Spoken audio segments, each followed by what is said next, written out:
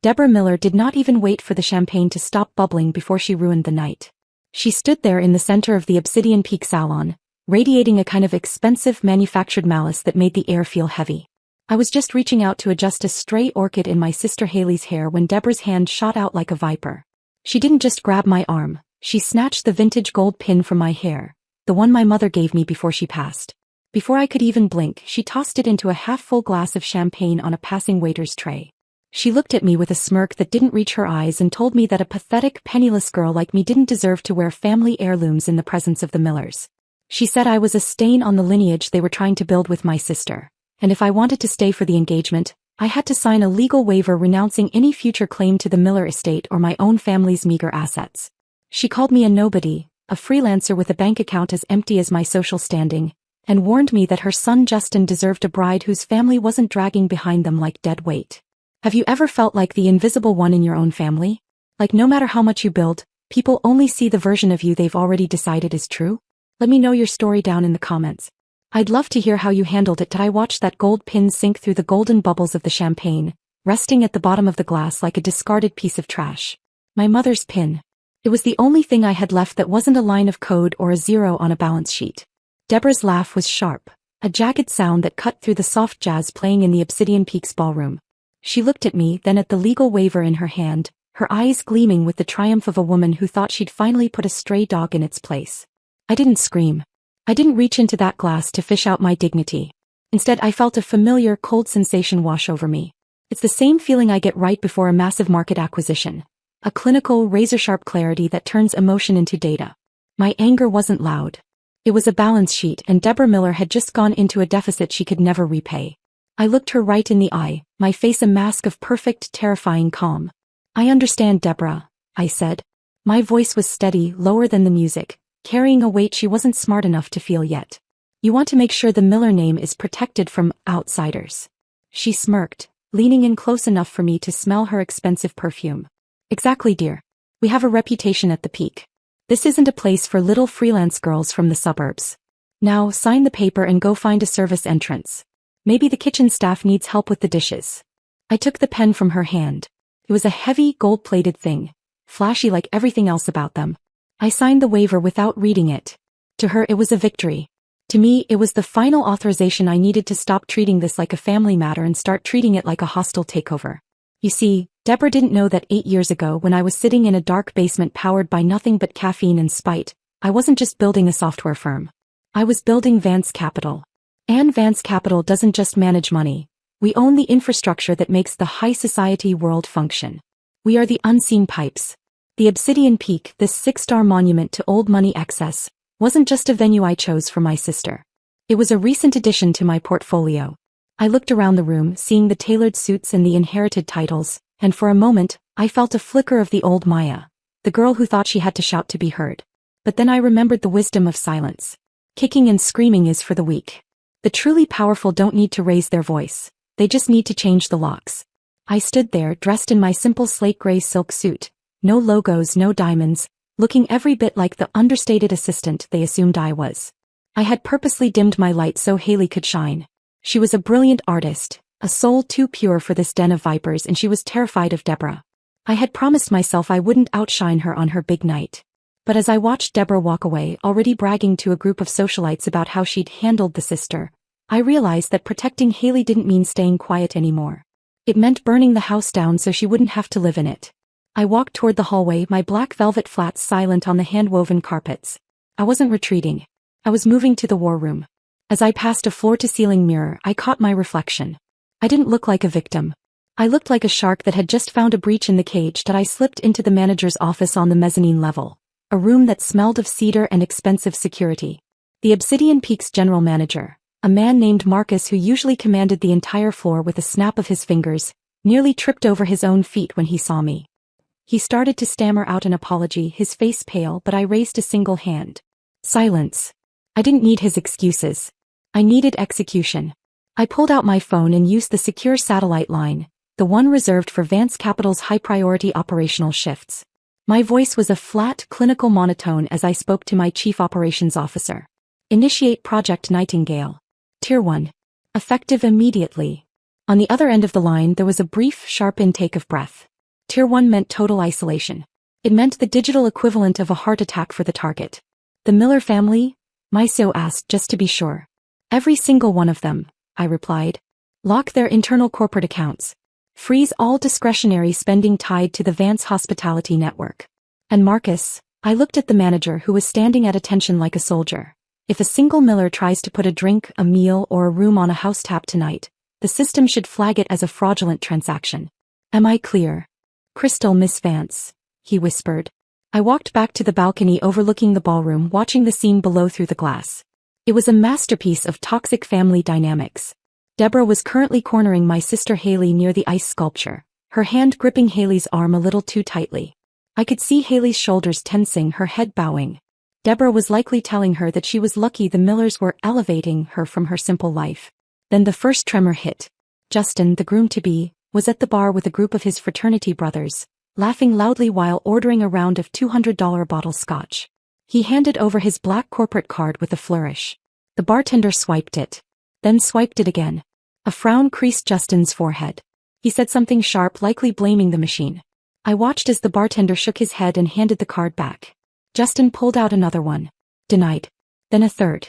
Every single vein of credit he thought he possessed was being cauterized in real time. From my vantage point he looked like a small, confused child playing with a broken toy. Next to the floral arrangement, Brianna, the sister, checked her phone. Her face went from smug satisfaction to a mask of pure horror in 3 seconds. I knew exactly what she was seeing. An automated notification from the executive board of her firm, a firm Vance Capital had quietly acquired last quarter, notifying her of an immediate administrative suspension pending an ethics review. The Project Nightingale protocol was moving faster than a virus. It wasn't just about the money, it was about the oxygen. I was sucking the air out of their world, one digital door at a time. They had spent the whole night bragging about their status at the peak, unaware that the mountain they were standing on had just turned into a volcano. I felt a strange sense of peace. Most people think revenge is a hot, screaming thing. But for me it's just accounting. It's making sure the columns match. Deborah Miller thought she could buy my sister's silence and my absence with a gold-plated pen and a glass of champagne. She was about to find out that the debt she owed was far more than she could ever settle. That I stood back in the shadows of the mezzanine, watching the digital dominoes fall. My lawyer, Eleanor, arrived a few moments later, blending perfectly into the crowd in her sharp charcoal suit. She handed me a leather-bound folder with the Vance Capital seal, her eyes flickering with the kind of grim satisfaction only a top-tier litigator can possess. The report you wanted, she whispered, her voice barely audible over the clinking of crystal below.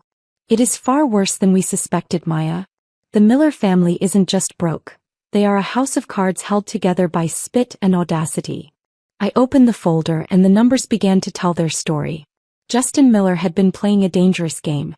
To keep up the facade of a high-flying investor, he had leveraged every family asset. The house in Lake Forest, his father's retirement accounts, even the jewelry Deborah wore, to secure a series of high-interest loans. When those ran dry, he moved into the shadows. He had borrowed $4.5 billion from a private equity firm called Silver Shield. He'd signed over everything as collateral, betting on a massive IPO that had just crashed and burned. What Justin didn't know, what none of them knew, was that Silver Shield was a shell company I had acquired 18 months ago. The invisible chains of debt weren't just a metaphor. They were legal documents with my signature on the final page. I realized in that moment that Justin wasn't just a spoiled man-child. He was a con artist who was using my sister Haley as his next big score. He needed her connection to me even if he pretended to hate me, to provide a veneer of stability to his creditors. I looked down at Deborah, who was currently laughing with a senator's wife, gesturing with a hand adorned in a 3-carat diamond ring. That ring didn't belong to her. It belonged to me. The champagne she was drinking, the floor she was standing on, the very air she was breathing. It was all on my tab and the bill was long overdue. The demand notice? I asked Eleanor. Delivered to his personal device 3 minutes ago, she replied. We've also initiated the clawback provisions on the hotel credits. They are officially in default as of this second. I felt a cold, clinical thrill. In business, we call this a liquidation event. In my life I called it the truth.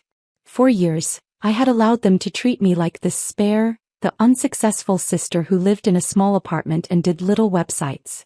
I had let them overdraft on my compassion until the account was empty. I watched Justin pull out his phone again.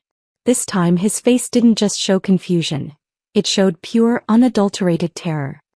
He looked up, his eyes darting around the room like a trapped animal. He whispered something to Brianna, whose face had gone a ghostly shade of white. They weren't just losing their jobs or their credit limit. They were losing their entire reality. Every lie they had told themselves about their superiority was being shredded by a series of encrypted emails and legal filings. "Should we wait for the cake cutting?" Eleanor asked with a ghost of a smile. "No," I said, adjusting my mother's gold pin, which Marcus had returned to me, now cleaned and gleaming. "I think it's time I stepped out of the shadows. I want to see the look on Deborah's face when she realizes she's been Sin Luke, the woman who owns her life." I started down the grand staircase, my movements measured and precise. I didn't need to hurry.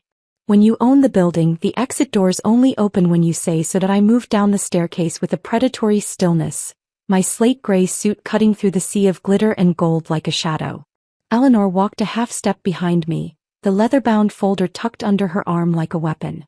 We reached the center of the ballroom just as Deborah was loud-talking a group of potential donors, her voice thick with the arrogance of a woman who thought she owned the sky. She saw me coming and didn't even try to hide her disgust. She turned to her circle, pointing a manicured finger at me. "Oh, look everyone, the little sister has come back. Did you finish the dishes, Maya? Or did you come to ask for a loan?" The circle of socialites tittered. Justin and Brianna hurried over, their faces tight with a panic they couldn't quite mask. Justin grabbed my shoulder, his grip desperate. "Maya, stop. Not now. We're having some technical issues with the accounts. Just go home. I'll call you tomorrow." I looked at his hand on my shoulder until he pulled it away as if he'd touched a hot stove. I didn't look at him. I looked at Deborah. "The dishes are done, Deborah. And the trash has been collected. Now I think it's time we discuss the bill." "The bill?" Deborah scoffed, tossing her head back. "I'm a miller. I don't discuss bills with freelancers. I discuss them with management." "Exactly," I said, my voice dropping into that lethal professional register. "And I am management." I nodded to Eleanor. She stepped forward and opened the folio. "Justin Miller." Eleanor's voice rang out, clear and cold, silencing the immediate area. "At 5:42 p.m. today, Silver Shield Holdings initiated a formal foreclosure on all collateral assets tied to your $4.5 billion loan. Since the primary residence, the Miller family accounts, and your mother's jewelry were listed as guarantees, they have been seized effective immediately." The silence that followed was heavy, suffocating.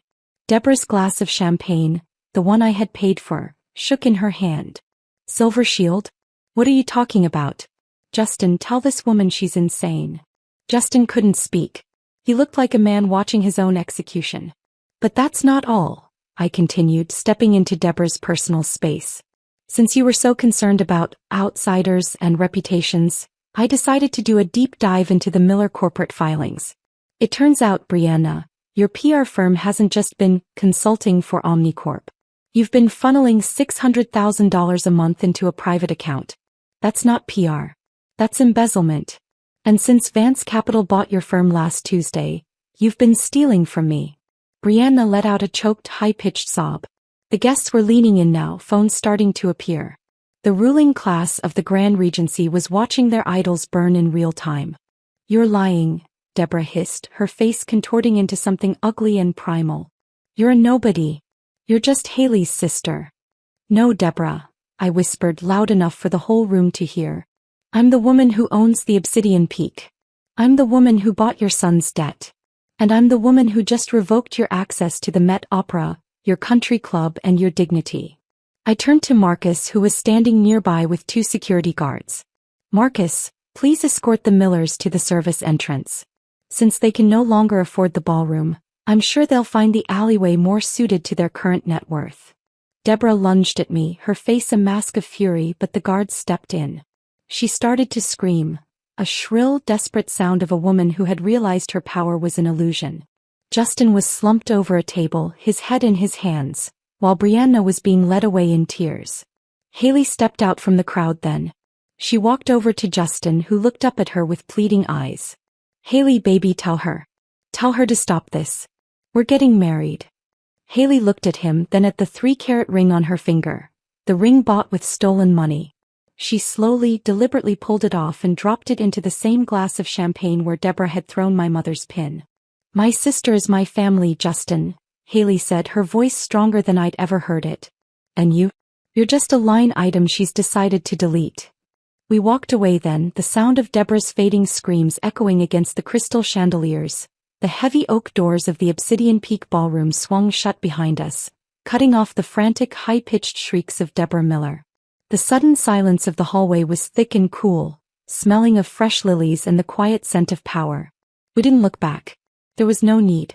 You don't look back at a controlled demolition once the charges have been blown.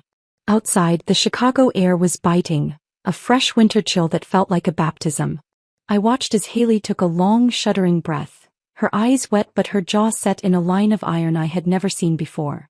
She looked at her hand, the one where that stolen diamond had sat only minutes ago, and she started to laugh. It wasn't a laugh of joy. It was a cathartic, soul-clearing release of 3 years of suppressed breathing. That was the most expensive, most perfectly executed corporate execution I have ever witnessed, she said, leaning against the side of the waiting black SUV. She looked at me, a genuine smile finally breaking through. I think I owe you a lifetime supply of my paintings, Maya. And maybe a very large cheeseburger. I pulled her into a hug, a real one, the kind we used to share when we were kids and the world was just a place we were planning to conquer. You owe me nothing, Haley. You're my sister.